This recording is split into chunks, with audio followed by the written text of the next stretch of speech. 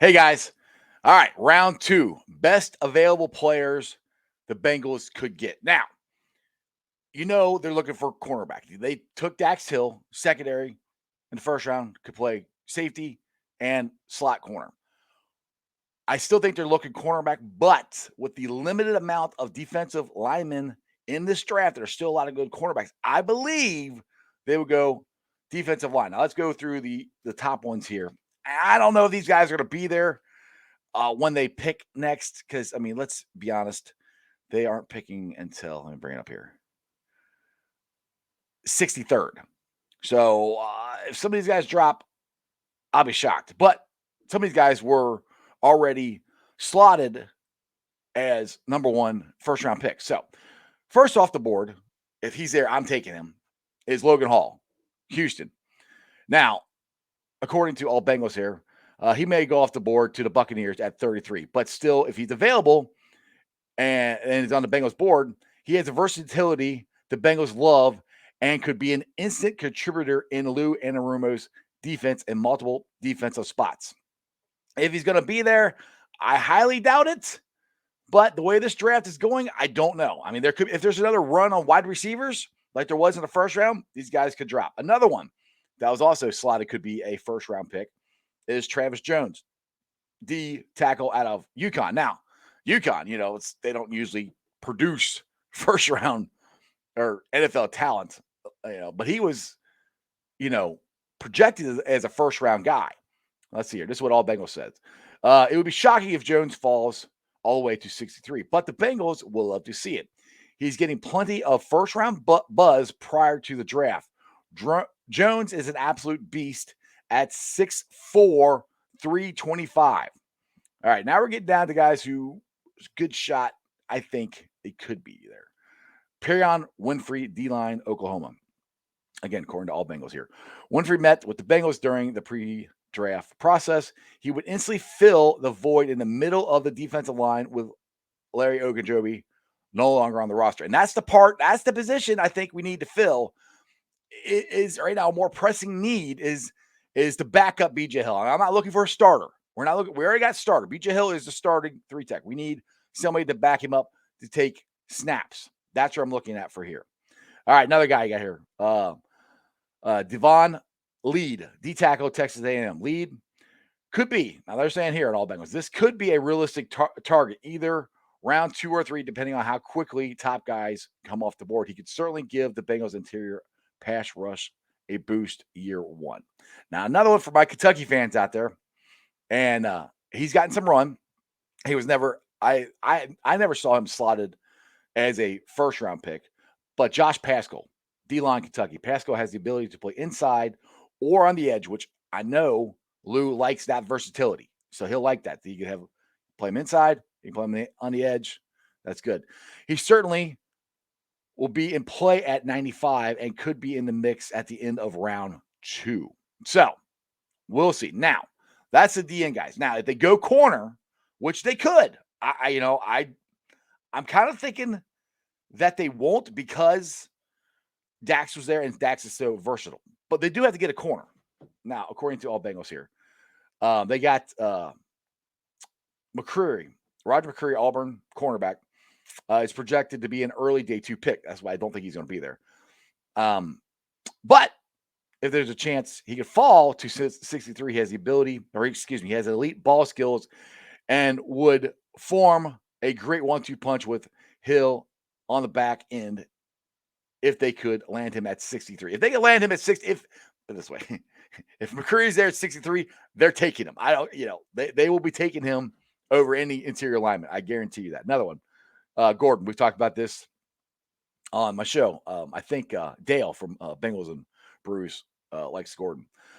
And this from all Bengals again. Will teams continue to shy away from Gordon because of his lack of long speed? He ran a 4.52 40-yard dash at the NFL Combine and did not run at Washington's Pro Day.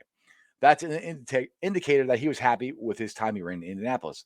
Long speed is a crucial part of things, but the Bengals would probably run to the podium if he's there at 63. Again, if either one of these guys are there at 63, I think they take him. Another one, Andrew Booth. These first three, if they're there at 63, I think they're taking these. If not, I think they're going to go with the D tackle. But we'll see. Andrew Booth, which is a guy, in the last video, I thought they might have taken him, but I think the medical scared him away from him. All right, here goes what All Bengals says. Now, they're saying he's not going to fall all the way to 63, right? Question mark. Most people expect Booth to go in round 1, but he didn't. But he's far from a perfect prospect. He didn't go to any athletic testing and has had injury issues, but he'd be a steal for the Bengals in round 2. That's been the problem with Booth. Now, that's the reason he was in the first round. I think that's the reason the Bengals did not take him with the 31st pick overall. Now, you got some more guys here that, like I said, Taylor Britt. Him, I'm not so sold on if they take him. These first couple guys, yes. I think if they're at 63, they'll take him. Taylor Britt was always an ideal target for the Bengals at 63. If they didn't take a cornerback in round 1, he would be a solid fit, especially if Booth and Mccreary and Gordon are already off the board, like most expect. So, I think of Gordon, Booth, McCurry, I think all those guys will be gone. I really do. I think they'll all be gone.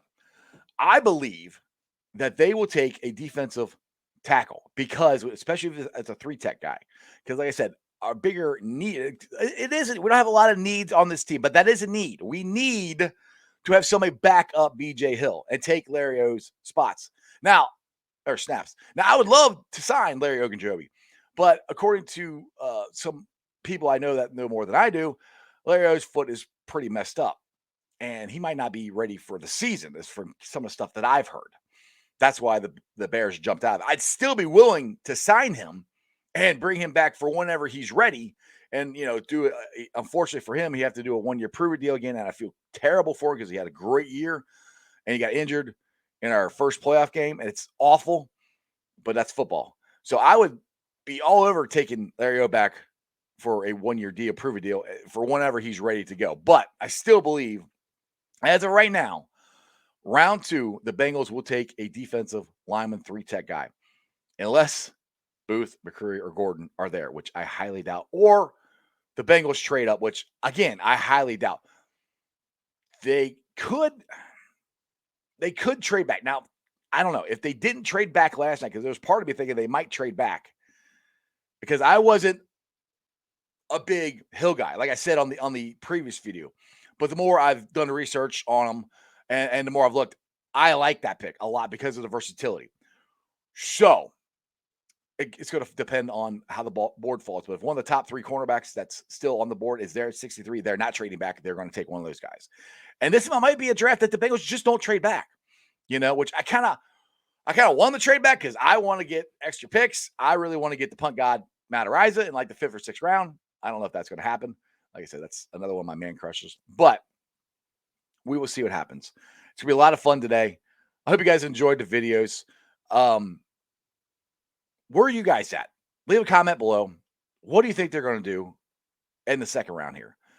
This is what's so cool about this draft. It's so up in the air of what they're going to do. I believe it's either going to be a defensive tackle or it's going to be a cornerback. That's what I think. Oh, or an edge, but I don't think there's a whole lot of edges. I think it's more of the D tackle cornerback. I think 3-tech guy is what they want to get. Anyway, make sure you subscribe to the channel, like, subscribe, share. Check out Sports with Strawberry Ice every day live at 5:30 right here on YouTube. And other than that, that's just sports, baby. See ya!